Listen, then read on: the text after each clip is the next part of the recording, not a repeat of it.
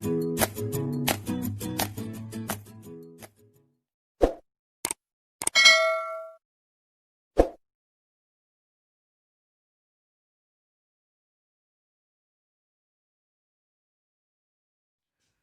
and welcome to Omega Study Online. Today in this video we are going to discuss about Biosphere's law, जो कि आपके chapter 4 moving charge and magnetism का एक most important topic है for board exam purpose.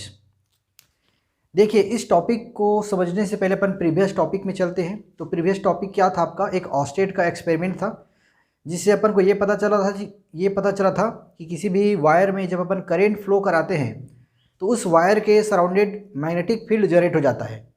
ये आपका Oersted का experiment था। उसके बाद अपन कुछ रूल्स डिस्कस किए थे, जैसे एम्पियर सर्कुलर लॉ, मैक्सवेल का right handed cork screw rule discuss किए थे। तो उससे अपन को क्या पता चला था? उससे अपन को पता चला था कि जो मैग्नेटिक फील्ड है उसका डायरेक्शन क्या होता है। तो फर्स्ट एक्सपेरिमेंट वाले से, ऑस्टेट के एक्सपेरिमेंट से हमें पता चला था कि जो करेंट फ्लोइंग कंडक्टर है उसके सराउंडेड मैग्नेटिक फील्ड होता है। और जो मैक्सवेल के रूल से अपन को पता चला था कि जो मैग्नेटिक फील्ड है उसका कुछ पर्टिकुलर डायरेक्शन होता है, और उसका डायरेक्शन क्या होता है ये अपन फाइंड कर चुके थे।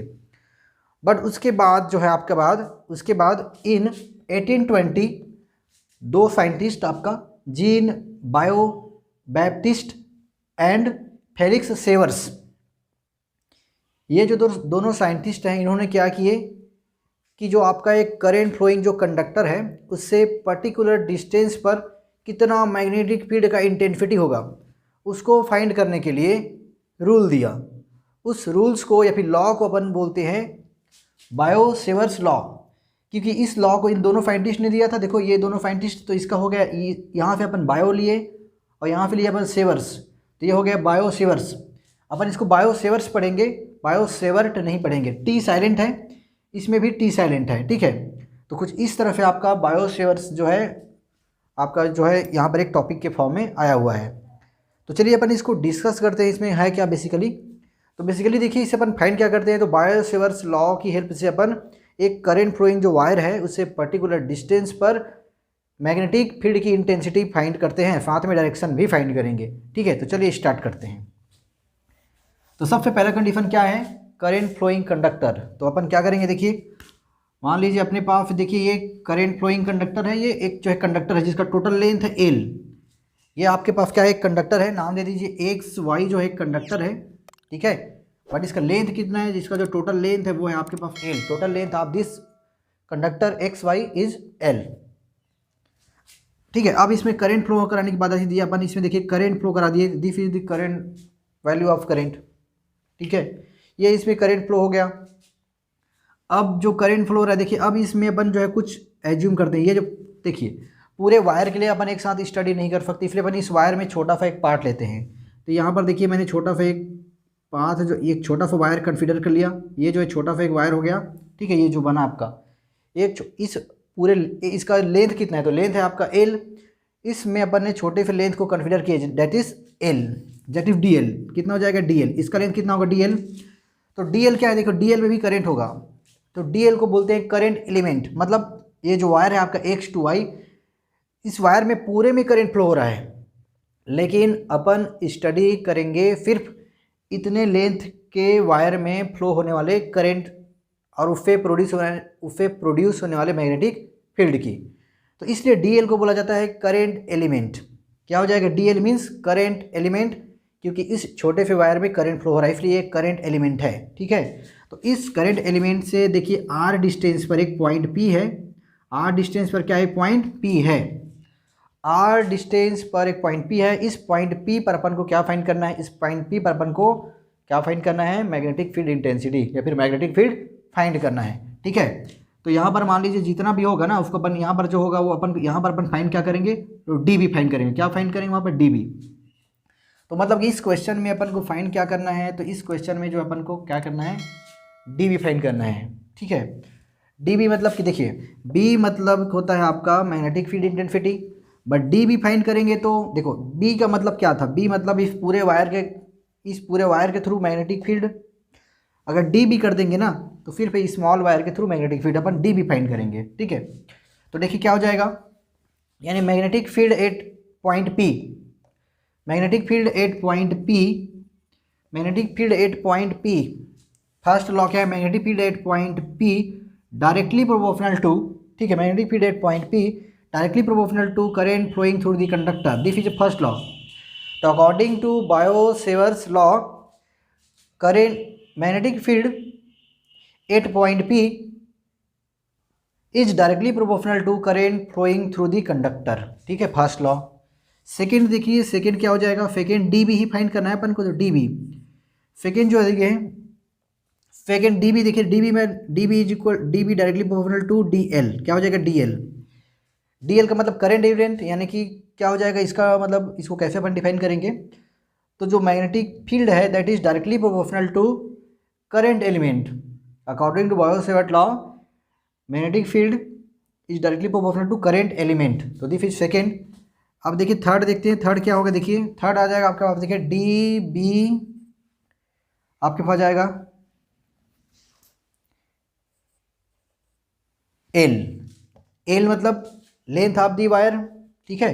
थर्ड क्या होगा, magnetic field at point P, magnetic field at point P directly proportional to length of the wire, length of the conductor या फिर वायर, ये थर्ड हो गया, ठीक है। इसको देखो यहाँ पर अपन लिख सकते हैं, यहाँ पर लिख देंगे तो ये इक्वेशन नंबर 1 हो गया, इक्वेशन नंबर 2 हो गया, इक्वेशन नंबर 3 जो दी गई है।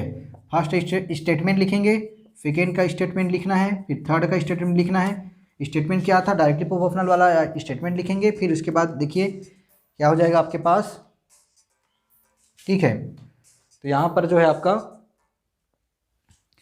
कुछ ये हो गया। नेक्स्ट देखिए फोर्थ नंबर का देखते हैं, फोर्थ नंबर में क्या होगा, तो जो डी बी होगा, डी बी जो होता है, डी बी जो है डायरेक्टली हो जाएगा आपका साइन थीटा।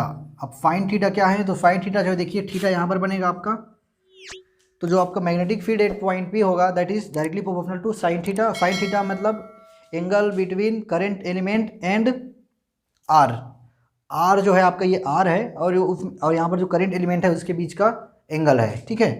तो ये हो गया आपका इक्वेशन नंबर जो देखिए 4। अब देखिए फिफ्थ नंबर में आ जाएगा आपका डी बी, ठीक है, और क्या आ जाएगा आपका, फोर्थ आ जाएगा आपका 1/r², 1/r² मीन्स जो magnetic field at point P is inversely proportional to square of the distance, क्या हो जाएगा, magnetic field at that point is inversely proportional to square of the distance from wire to that point. तो ये हो जाएगा आपके पास कुछ इस तरह से। तो ये अपने पास 5 जो है इक्वेशन मिल गया, तो अपने पास 5 जो है आपका इक्वेशन हो गया। इन पांचों इक्वेशन को देखिए अपन सॉल्व करते हैं, तो देखिए क्या हो जाएगा। चलिए इसको अपन सॉल्व कर देंगे, अब क्या करेंगे, ठीक है। तो देखिए डायग्राम का भी खत्म हो गया, ये डायग्राम में थोड़ा सा इंपॉर्टेंट बचा था, तो डायग्राम को अपन क्या करें, ठीक है। तो देखिए अपन यहाँ पर सॉल्व कर लेते हैं, फिर यहाँ पर देखिए सॉल्व करते हैं, नेक्स्ट डायग्राम भी बनाना पड़ेगा, ठीक है।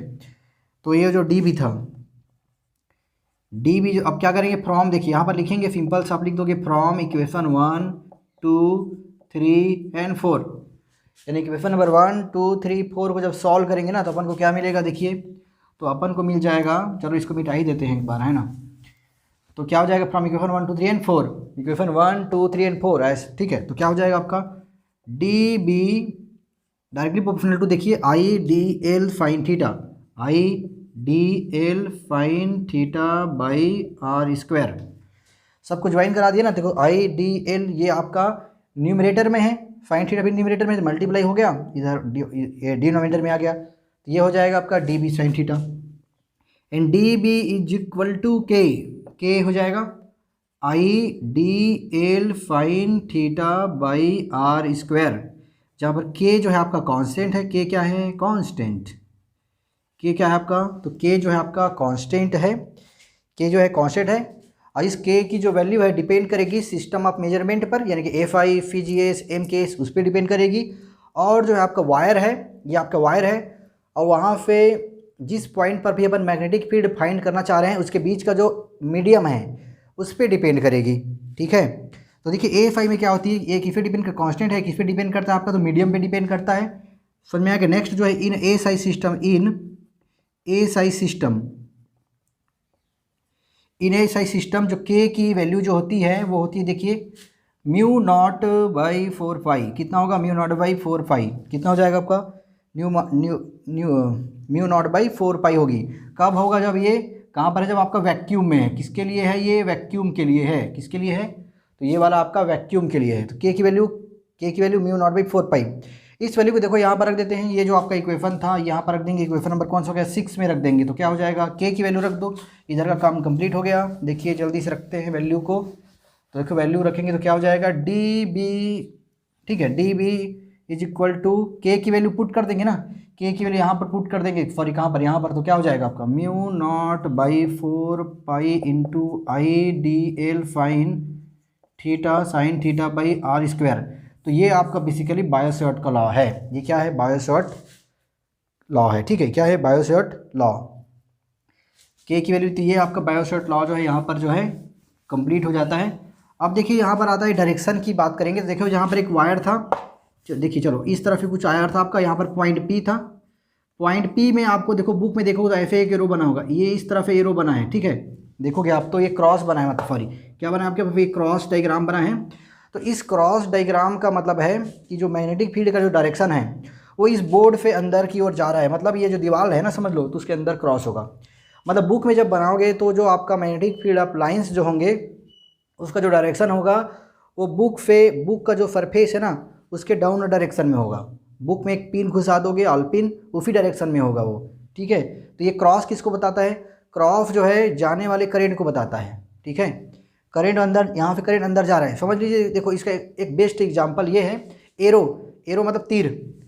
अगर किसी को मारोगे आप, तीर को हाथ में पकड़ के मारोगे ऐसे, चलो तीर को आप मारोगे तो क्या होगा, आपको क्या दिखाई देगा, तीर का जो ऐसे तीर जो होगा ना, ऐसे तीर होता है, इधर पॉइंटेड हो, तीर का इधर पॉइंटेड होता है, इधर क्या होता है, कुछ इस तरह का होता है तीर में। तो जब मारोगे आप तो आपको कौन सा दिखाई देगा, आपको ये वाला साइड दिखाई देगा, यानी क्रॉस वाला साइड दिखाई देगा। तो क्रॉस वाला साइड कैसे दिखाई देगा, वो जाते हुए दिखाई देगा ना।